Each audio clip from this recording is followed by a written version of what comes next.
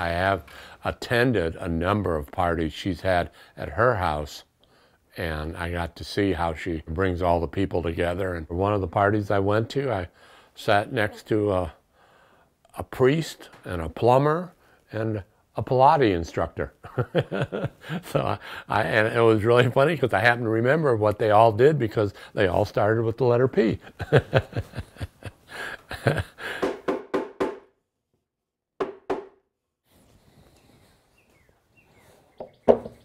I'm originally from Chicago. I kept driving further west, and I finally ended up out here in Luling. I am now out in the country, and I really enjoy being out here. So,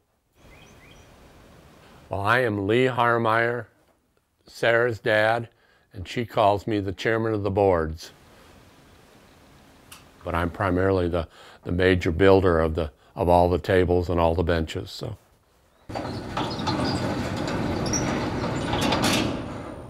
See, I've had my barn here for almost 9 years, and I built everything in the barn. But the first couple of summers I was doing that, it was, 110 degrees out there inside in the shade.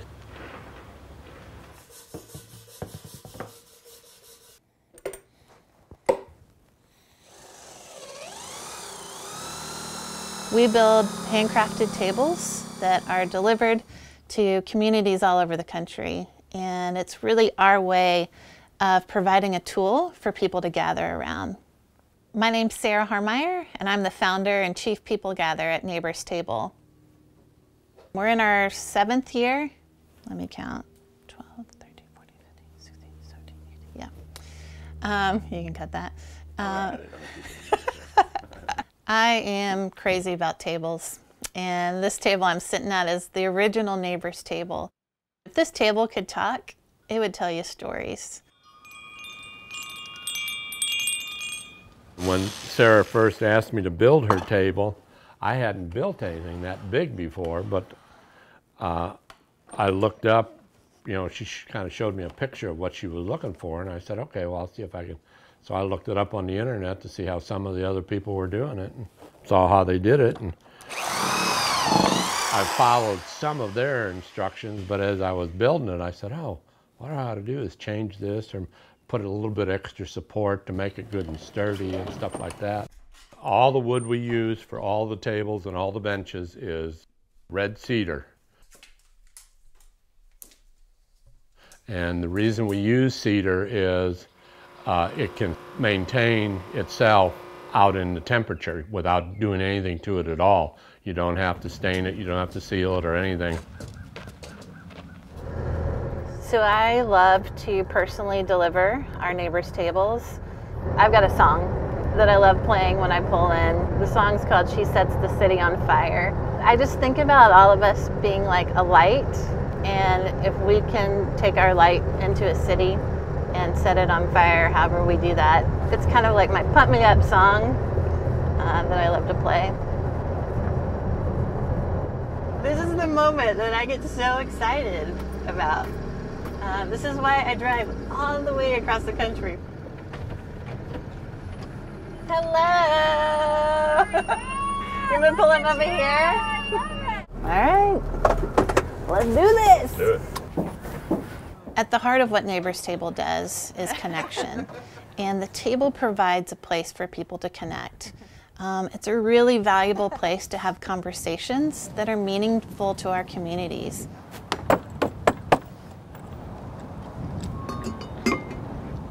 Who here at this table has honestly ever not known where their next meal is coming from? When you look at our system, we have a lot of people who don't know that. They've never had to worry about that, but yet these are the ones who are leading this effort. I want you to get out into your neighborhoods and talk to the people who are affected, and then listen to what they have to say so that they can lead us. They need protein and they can't afford it. They need dairy and they can't afford it. And so I do think the topic of food deserts would be a good one to kick us off. If you go across the city of Charlotte, there's a lot of communities that have a food desert right now.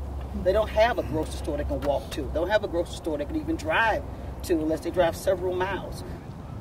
families that eat together, the kids tend to do better, the families do better.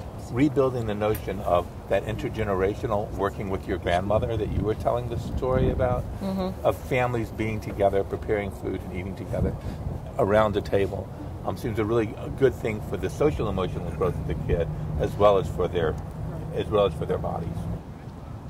You've got to have heard something that resonated with you today, of at least one person here. Finding people around this table who can help supplement this effort and speak into your circle and speak into your network about what we can do to really make change in this community. If you look at the civil rights movement, as black people, it would not probably have worked out so well if it hadn't been a black person leading it. For women, it probably would not have worked so well if we had had a white man telling us how to work for our right to vote. That's the same thing with the hunger.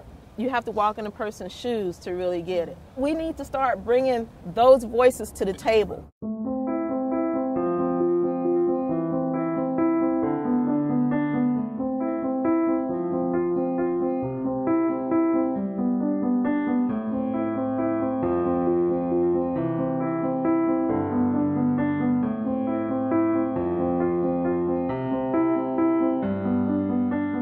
The conversation around hunger, the conversation around what our local communities are doing, like our local food banks, is really important.